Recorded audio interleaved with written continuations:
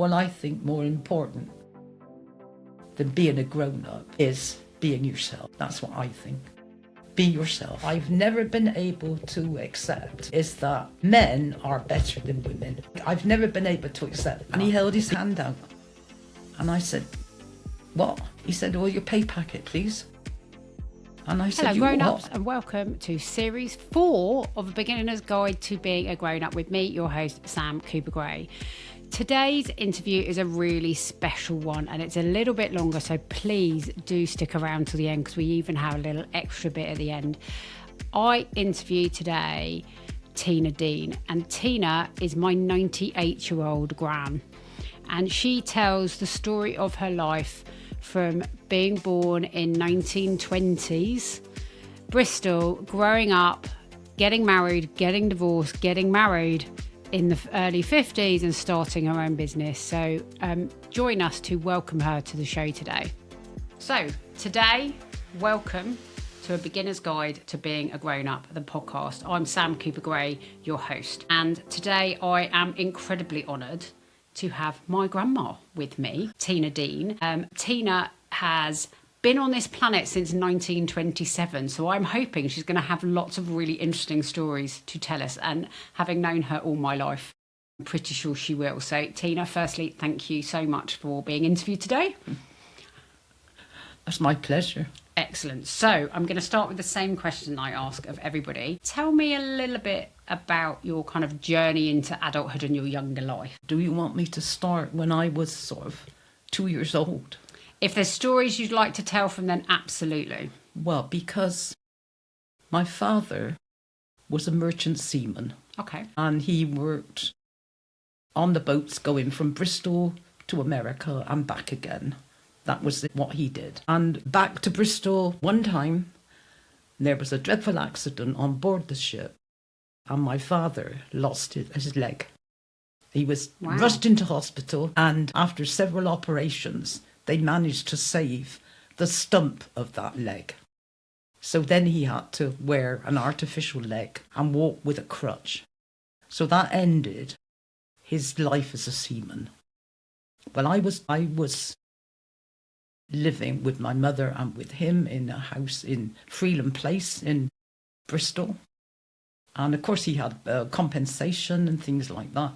So life was not well off, but we were all right. But then my mother was pregnant again, and that baby was born, and not long after that she was pregnant again and couldn't, I mean, I didn't understand that at the time, but they couldn't manage the rent, they couldn't manage everything.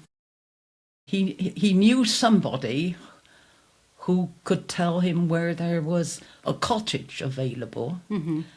That we could move out to. It was only 5 shillings a week, and he was already living there, and he was a man who was in the merchant navy with my father. So we moved out there.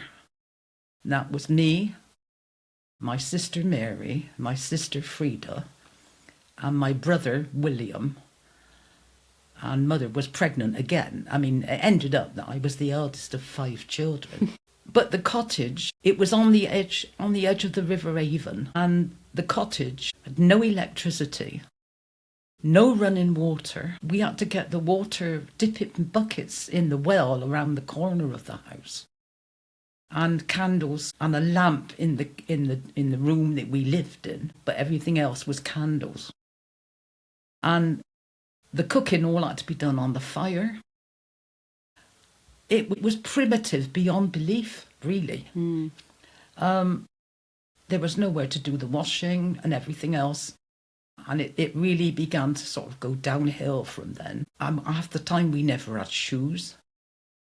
And I can't believe now, looking back, how primitive it actually was. Mm. And as I said, it ended up that there were 9 children and my mother and father in that cottage, which had 3 bedrooms. Wow. So there's 9 of you in the end? 9 children. Wow. And my mother and father, so there's 11 people. And there were 3 bedrooms and 1 big room downstairs, which was, well, I've called it a dining room. It was just a big table. Mostly we sat on the floor. All the cooking was done on the fire. and the oven by the side of it. It was just amazing the way that we were sort of dragged up. But we played and everything else. But in the wintertime, it was bad. But as we got older, we had to go to school. It took us 3/4 of an hour to walk to school from where we were. And if the weather was nice, you walked in your bare feet until you got up to where there were actually houses and things. And then you put your shoes on, because otherwise you wore your shoes out too soon. And going to school, I can remember we used to get tormented because we were rough, untidy, dirty clothes and whatever. But we didn't really take a lot of notice.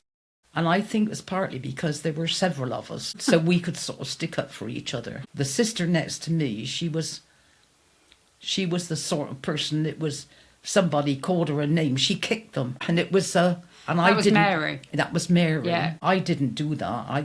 I didn't like to do things like that. I loved reading. I loved being at school, and I liked going on with school. To the point that one year the school was taking part in a national thing, a local thing, for somebody to win the right to go to the local grammar school, and I won it. I won the thing. I had to go, but I could go to the grammar school. All the fees were paid and all the necessary books were supplied. But my father wrote to them and said, well, there's no way that I could go. It was too far. And they provided me with a bicycle. And so I, in great delight, went to the grammar school. I absolutely loved it. I loved the English. I loved the science, everything. I was getting on really well. And I ignored the girls who used to make fun of me and all the rest of it. I had the ability to see over the top of them. And then one part of the year, it was decided they were going to move me into the Latin class because I'd been doing so well with the English and everything. I would be a good one to do Latin, and put me into the Latin class and the book and everything. And I struggled with it and tried to work it out and all the rest of it. And I realised that the teacher never asked me any questions, never looked at any of my work. As far as that teacher was concerned, I wasn't there, which puzzled me a bit, but I didn't. Anyway, we were going on and I was struggling with it, but I was learning it. And on the Friday, which was the day of the Latin class, we were given a sheet of paper to take home. It was all written in Latin, and we had to change it into English and bring it to the next class next week. Well, I took it home and I struggled with that, and I struggled with it, but I decided that I had got nearly all of it right. I was sure. We got to the class the following week, and she said, right, how many of you have managed to do something with this? How many of you have got? So I put my hand up. She ignored me. And she said, now come along. How many? So some of the girls put their hands up and they'd managed to do a little bit. A couple of the boys had managed to do a little bit, but nobody had done anything of any substance. And so she stepped away a bit further back into the room and half turned, and she said, now then, class, are you going to tell me? And she flung her arm up in the air and pointed at me. She said, are you going to tell me that the charity child has done even better than any of you? I cannot believe my eyes. And it was sort of silence for a minute. Nobody answered. And she said, and I still had my hand up. And she said, very well, we'll leave it there for now. I will see you all after class. And she went on with the lesson and never asked me to show her what I'd done. So at the end of the class, she got them all to come out to the front and stand there. And I did as well. And she looked at me and she said, oh, it doesn't include you. And so I went away and I was quite upset. That was the first time that I had ever come across somebody who was actually antagonistic towards me, if you know what I mean. Yeah. And for no reason. Well, because I was a charity child. I mean, and I know Michael Farage says that people can't remember what happened long time ago. He's completely wrong, because I can see that woman now. Yeah, I bet. And I can tell you what her name was. It was Miss Quinton. Yeah. And I've never forgotten her. Of course, being called a charity child, some of the other girls picked up on it. I was nicknamed Charity. Nobody called me Tino anymore. And when I came into the class, some of them would clap their hands at me, you know, and this kind of thing. And it got to the point that I couldn't stand it. So then I asked them to take me out of that class and put me back into the English class. And that's what they did. But the school was never the same for me after that. And kids can be so cruel. My first real awareness of the fact that I was other. I wasn't of them. And from then on, I always had this kind of feeling that I had to be better than I was, because I wasn't good enough like I was.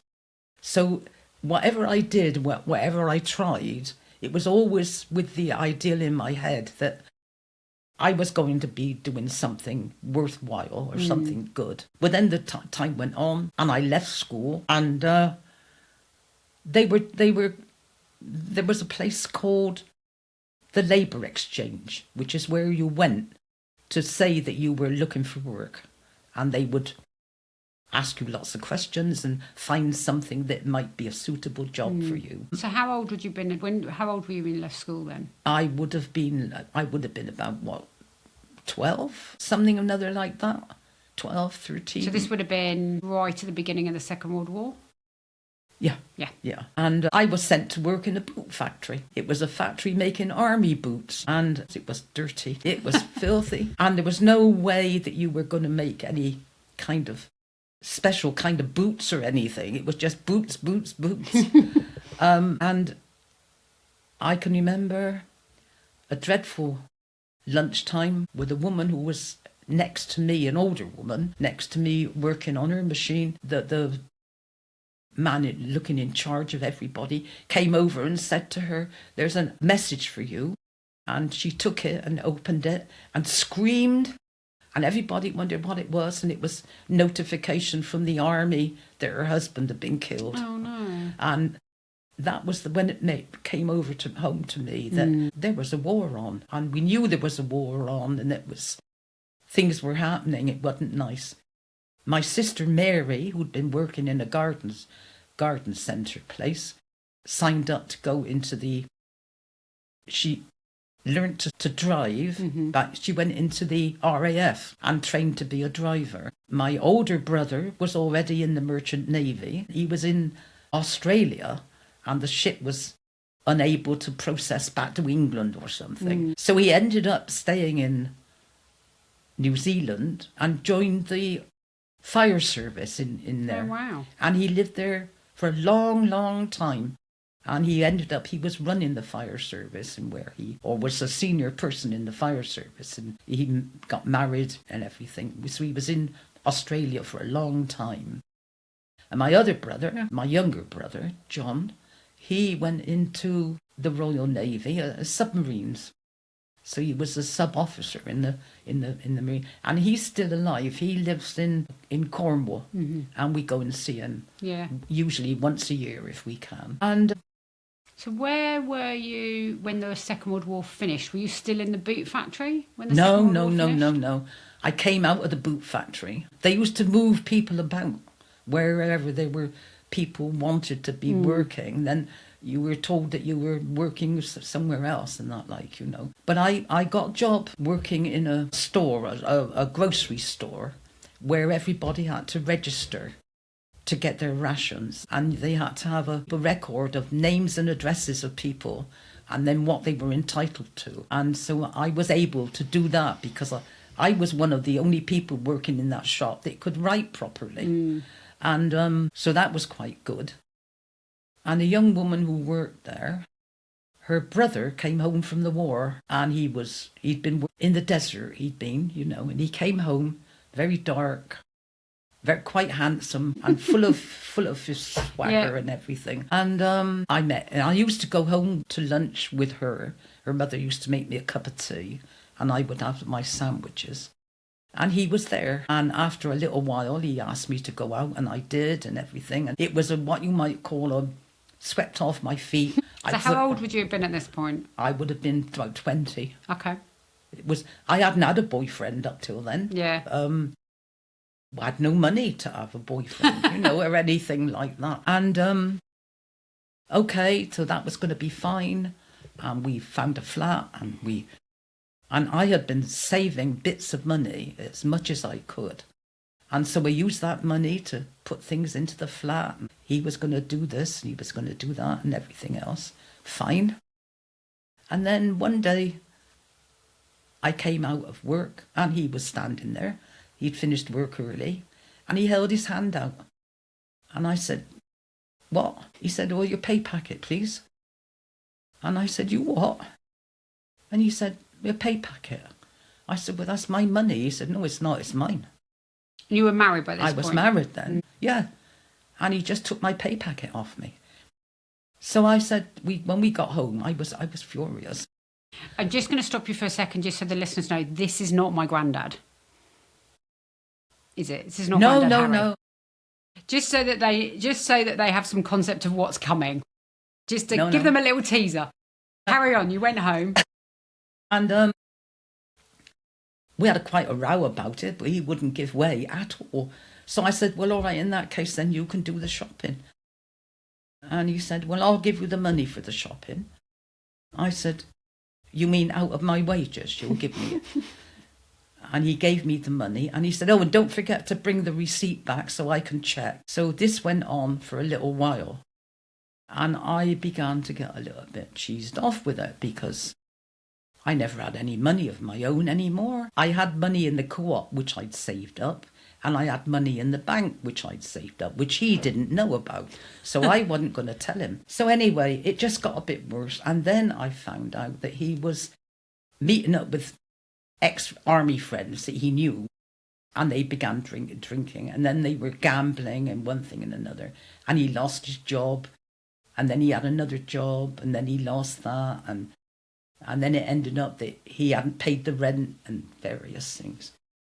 And then one time when I was really getting angry and having a row with him, and then he hit me, and he punched me all up both arms and hit me across the face. And I went to bed, and the next day, when he'd gone to work, I packed a small case and I went back to my mother and father, showed them my bruises and everything, told them what's been happening. I said, "I've had enough, Mum. I can't go on like this. It's ridiculous." And my father said, "Well, he's not a man, is he?" He said, "He's not a man." He said, "Do you want me to go down?" I said, "No, Dad, I don't want you to go down there," because my dad still was wearing an artificial leg and that, I said, no, if I can stay here for a while and get myself sorted. And I rang the place where I was working and told them I couldn't come in, I wasn't well. And I stayed with my parents. Must have been about a week, I suppose. And so my mother said, "Well, I'll come with you down to the flat and you can get some more clothes and everything." And I got down there and we went in and the flat was empty. There was nothing in the flat at all. It was gone. Everything, the furniture, the clothes, everything. The room, everything was gone. God. And he'd found my bank account, he'd found my co-op card, and he'd drawn all that money out as well. And because at this point in time, even though it was in your name, because you were married, he was entitled to that money. Well, they were in those days. Yeah. In those days, that's what happened. I know. And I said to my mother and she said, "Well, there's nothing here, girls." She said, "We better go home." So we went back home, and I went up to the Labour Exchange to look for a job, and I came back, and then that evening, he turned up at my mother's house. So my mother said, "Well, you better come in, I suppose." And he came in, and he said, "Then, hello then, how are you?" sort of thing. And I looked at him, I said, "Well, what have you come for?" He said, "Well, to persuade you to come back and we'll start again." And I said to him, no way, no way that I'm going to come back and start again with you. I said, I'm going to get a divorce. He didn't believe me. He just laughed and said, oh, you'll be sorry, you'll be sorry. Anyway, I got a job and I went and saw a solicitor. And he told me I had no way of getting a divorce from that. It was absolutely his right to, and all this and that and the other. But at the time, I was getting involved with the Communist Party, and I was getting into the women's rights and all kinds of things in the Communist Party. And one of the people who was in the Communist Party then at that time was a solicitor. And so I had a long chat with him in his office, and he said, well, let's see if I can work out some way that I can fiddle this and get him. And I told him how he'd drawn out all my money from the bank and my money from the post office. And he said, oh, maybe I could frighten him about this. He said, would you be prepared to say that you're going to apply for him to be jailed for stealing money that was in the bank? And I said, yeah. Anyway, I don't know how he did it. I don't know what way he worked it. But the next thing I knew was that I was divorcing him. And in the court, they tried to persuade me that I was wrong, but I wouldn't have it. And I finally got the divorce. And I thought, right, in future, I'm going to be very careful what man I hitch up with. Eventually, the man I did hitch up with was something altogether different. He was a different man altogether, which was quite pleasant. And a lovely, lovely man. Well, of course, you knew him, didn't you? Yeah. I've got a picture of you standing by him in a garden somewhere. When I was quite young then, wasn't I? Yeah. Yeah. But he was a different person altogether. Inasmuch as that he was very secretive. I never knew how much money he earned. I never knew what he did with his money. He never ever discussed it with me. On the other hand, he never discussed with me what money I earned or what I did with my money either. So, you know, it wasn't anything nasty at all. Yeah. And where did you meet Grandad Harry? Because he was in the Communist Party. Oh. That was what it was. And I helped him carry the takings home after a big meeting in Bristol. And it was, you know, quite a lot of money in big money bags, and took it back to the Communist Party offices to count the money and get it ready for the bank. So that was that, yeah. So when did you start? It was Bristol Market, wasn't it? Is that where you started your first business? Well, I was working at the time. I was working for the council in one of the offices, and it was very boring work, and I wasn't making anything. I wasn't making any difference to anything. Do you know what I mean? It didn't matter whether I was there or not, is what I felt about things. I met a young woman who was about the same age as me, and she was from America. How did I meet her? God knows, I can't remember. But she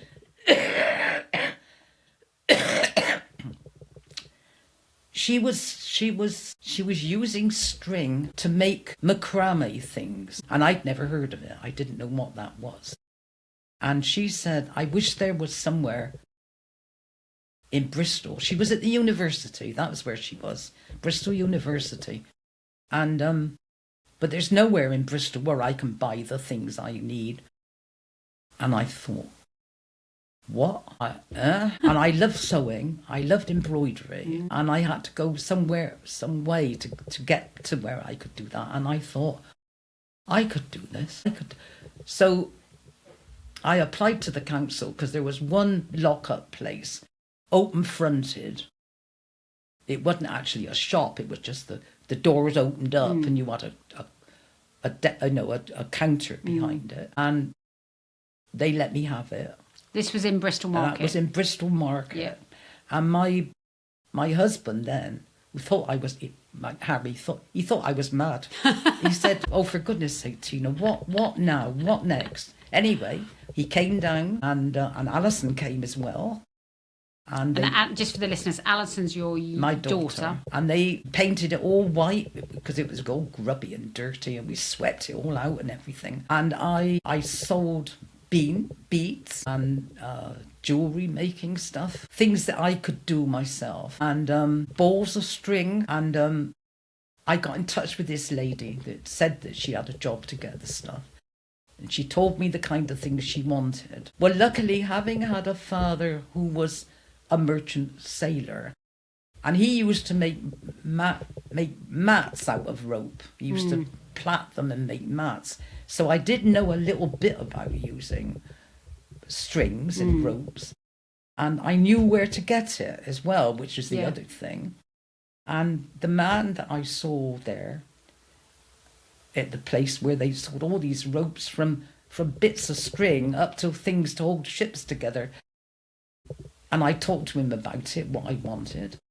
And he suggested some things and showed me some and cut a few ends off of something and did a few knots and said, look, like this you mean? And yeah, it was good, that was right. So I bought a pack of 6 of these and 6 of those and 6 of something else. And I came back with them and put them on the stall. And my husband said, what on earth are you going to do with that? We don't want this. We got enough string in the garden already for what I said, no, this is for doing macrame.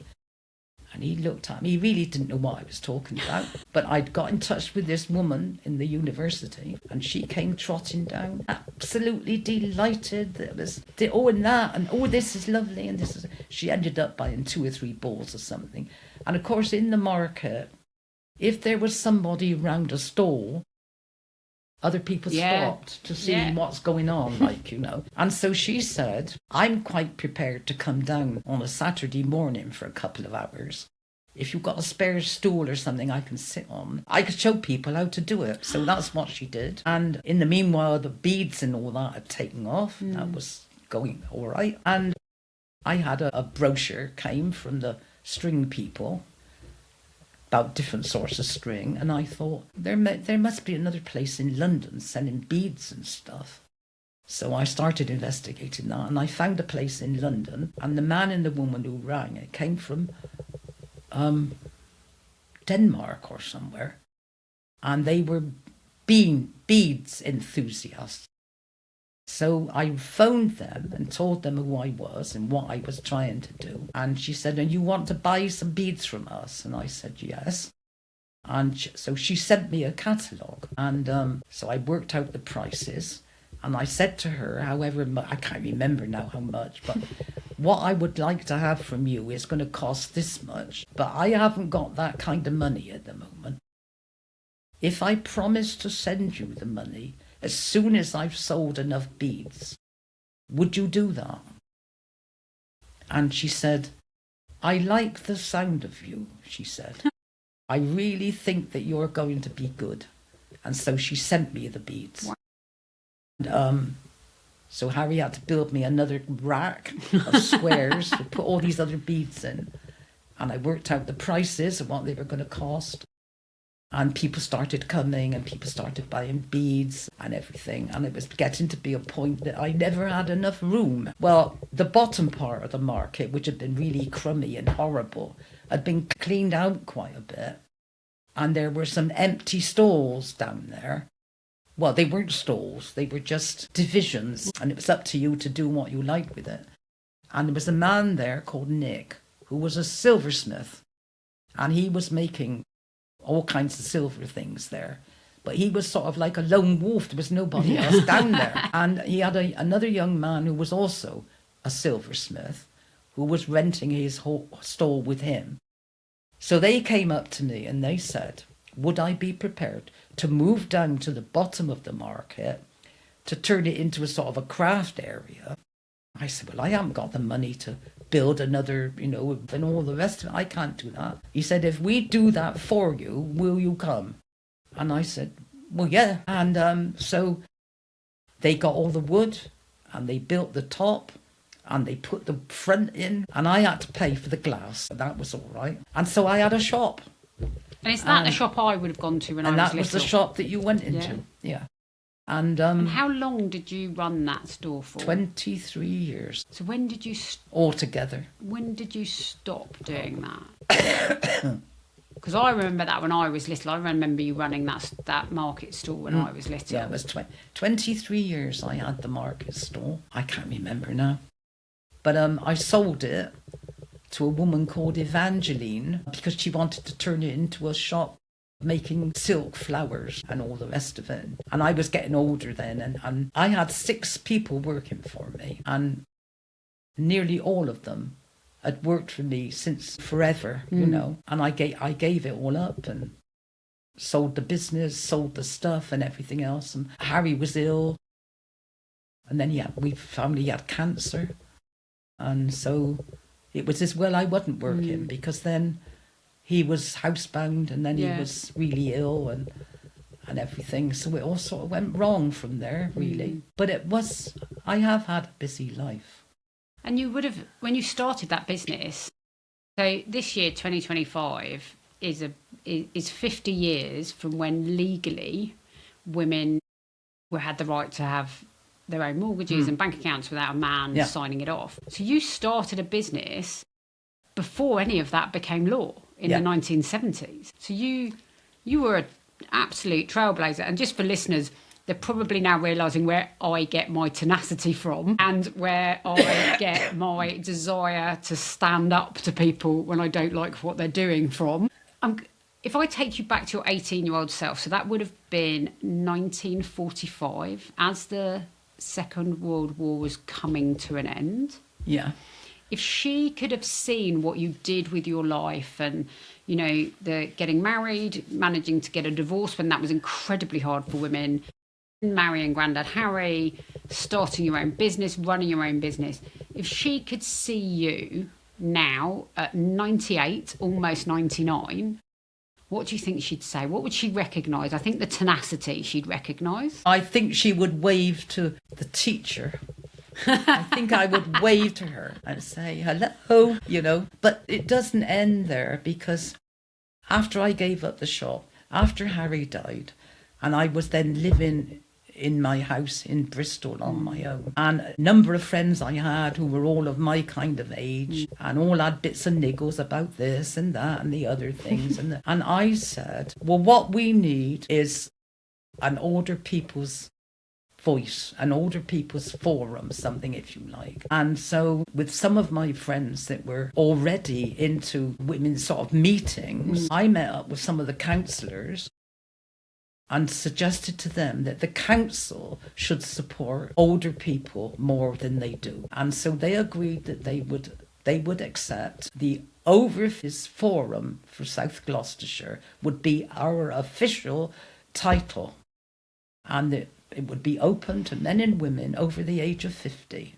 And that started. It got bigger, and it got bigger, and we became well known for things.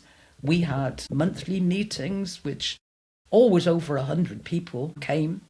And we had the meetings in various parts of South Gloucestershire, so that in different halls, in different areas. But we had a monthly magazine as well. And we all used to get there and stuff in envelopes with these magazines and everything. Happy, friendly lot. And the meetings used to be hilarious. I said to them at the meetings, I don't want these meetings to be drab, you know, people having a moan, having a groan, and then all going home. That's not what I want. I want people to go home feeling happy that they belong and that their voice is being heard. And so the end of every meeting, after we had a speaker at every meeting who could answer questions and so on. But then after that, there was always something amusing or funny or whatever. And we had a young woman, a bit like you, Samantha, and she used to come with her equipment, music, and she used to play that music. You know, do you know it? I am the music man. I come from wherever, and I can play. And then she would do the thing. I can play the and then everybody had to do it. And I stopped her. I said, no, hang on a minute, hang on. And I stood up and I said, how many of you are taking part in this? So we saw people all looking round, older ladies, older gentlemen. I said, come on, you all got arms, you can do it. So I said to her, right to her, Fiona, her name was. I said, right, Fiona, let's start again. So she starts it again. I said, come on, up you get, up you get. And everybody, and oh dear, it was absolutely hilarious. There was one man trying to do it with one hand because he had to lean on a stick with the other hand and dropped his stick. And it was just so funny. And it really, really was. And at the end of it all, people were out of breath and all the rest of it, and laughing and going home, laughing and giggling. That's what you want. You know, and that's how it went on. I chaired the forum for 13 years, I think it was. When we started the committee at the forum, I think there was about 12 people on the committee and about 30 or 40 members. When I retired, there were over 4,000 members. Wow. What a legacy. And then somebody else took it over, and religion crept into it.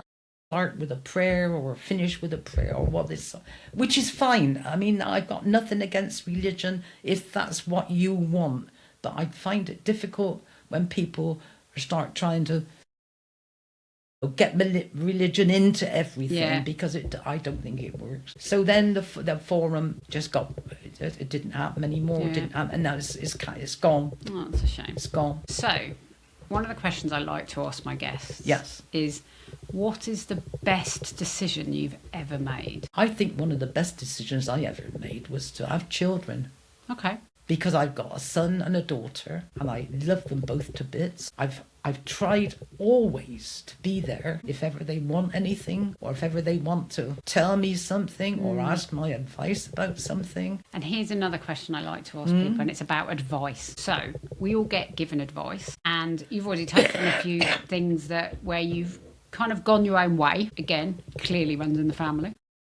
What's a good piece of advice you've been given but you completely ignored and you just decided to go your own way? Well, that happened quite often. Well, where people said something like, well, I wouldn't do that if I were you. Somebody said that to me once. Well, I wouldn't do that if I were you.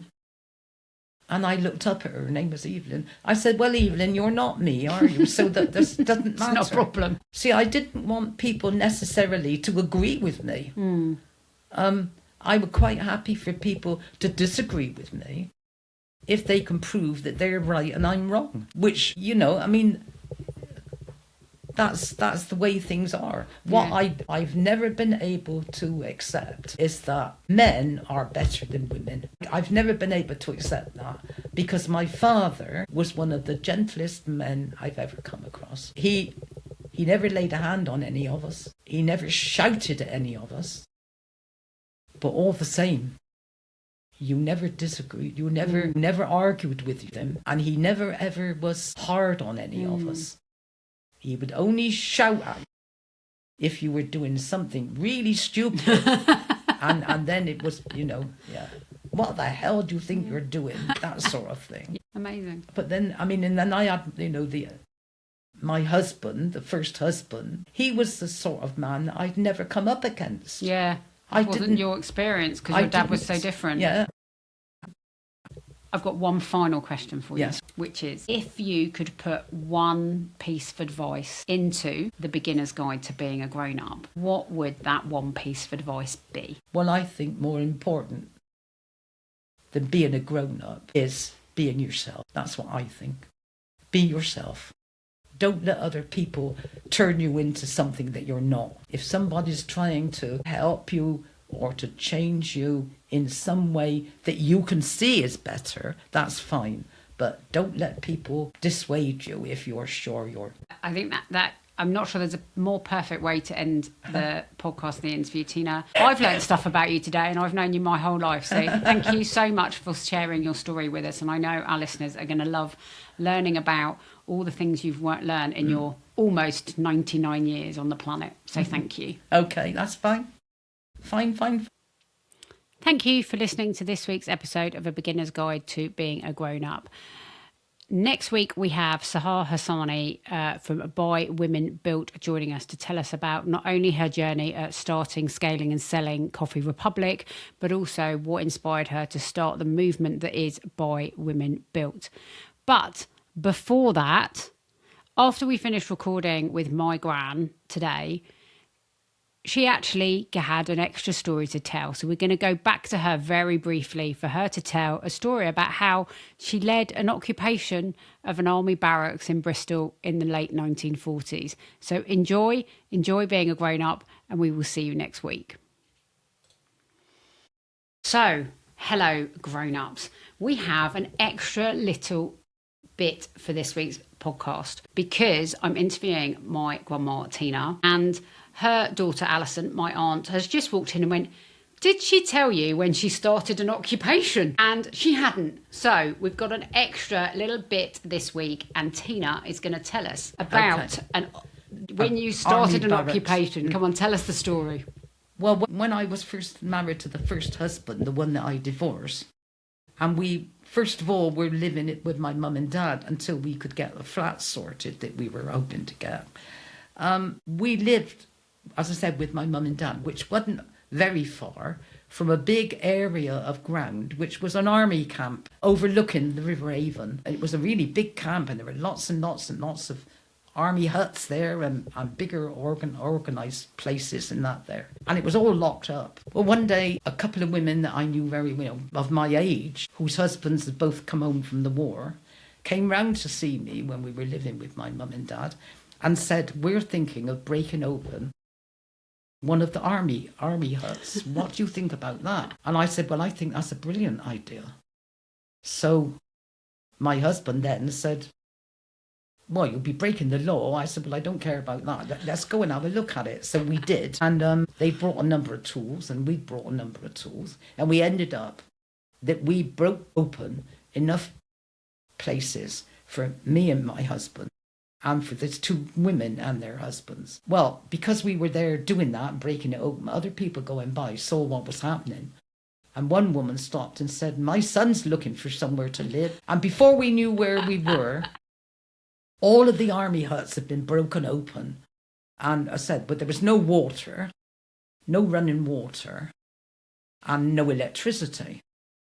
So everybody was there all milling about with all these huts broken open and nothing happening.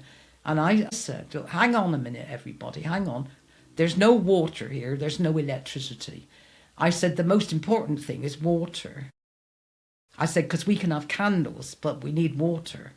Well, I knew a woman who lived in a house on the street, the main street from there. So I went up to her and I said, "Hello, Patty." She said, "Oh, what's going on, Tina?" I said, "Well, we've broken open into the army huts." She said, "Well, my husband said that looked as if what you were doing." I said, "Yeah, but the main problem is there's no water." And she said, "Oh, what are you going to do?" I said, "Well, if people had buckets, would you be willing for them to fill up the buckets?" And she said, "Well, not from the main house and that." I said, "But her husband said, I'll tell you what," he said. "We got a tap in the back garden. You could plug onto that so it don't bother us in the house." Yeah. So I told people that. So everybody went home somewhere or another and all ended up getting buckets. And we used to get the water from that people's tap. So, of course, once we got that done and people were using candles, so I said, "Now we've got that sorted." I said, "Can everybody all get together and come to my place?" Because luckily, I'd managed to break open the one that was the officers' quarters. So we had much bigger space in there. So everybody all piled in, and I said, "Would you agree that the next thing we need to do is to get the council on our side?" And so everybody was agreeing. And I said, "And I think it would be a good idea if everybody agreed to pay a sum of money every week towards the cost of what's going on." Yeah, they all agreed to that. So I got all their names and everything all written down. And I said, "Right, then it'd be 5 shillings a week from everybody. And I'll get it all down and I'll go up to the bank and open a bank account tomorrow." So that is what we did. And then I went up to the council and saw the councillor that I knew already from when I worked for the forum, and told him what was happening. And he said, "Well, the council it'd have to be a full council discussion and everything. So it's going to be a few weeks before I can get that organised. But I'll put it up that it's important, it's urgent, And there's people here with children and all that, you know. So that's what they did. And a few weeks later, some of the big wigs from the council arrived and wandered round and talked to people and all the rest of it. And the next thing that happened was the electricity was back on. And then they had to, of course, because it was an army camp, there was no money, being paid. Yeah. So they had to agree that they would do it, but they had to get the lighting done by the who does the electricity? I don't know. Oh, yeah. But it's not the council. But they finally agreed, and everybody was all cheering. They came round and put all the lights on, and everybody had electric. They had to have an electric meter. That was it. And everybody had all that. And then a couple of them came round and said that you're going to have to pay rent every week. And they all agreed that is so. And they said, Tina's got some money of ours. I said, I'll go to the bank and I'll get it out. And I did, paid everybody back. And that was it. And how long were you there for? Well, my husband and I were only there for a couple of months. But some people have stayed there for quite a while. Wow. But eventually, everybody got housed into council housing. Yeah. Wow. The campaigner in you started young. When I think about it, there was all sorts of things I did.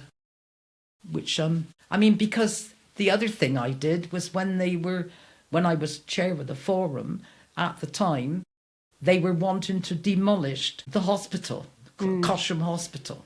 They were going to demolish it completely. Well, Cosham Hospital has been there for a long time. And it's much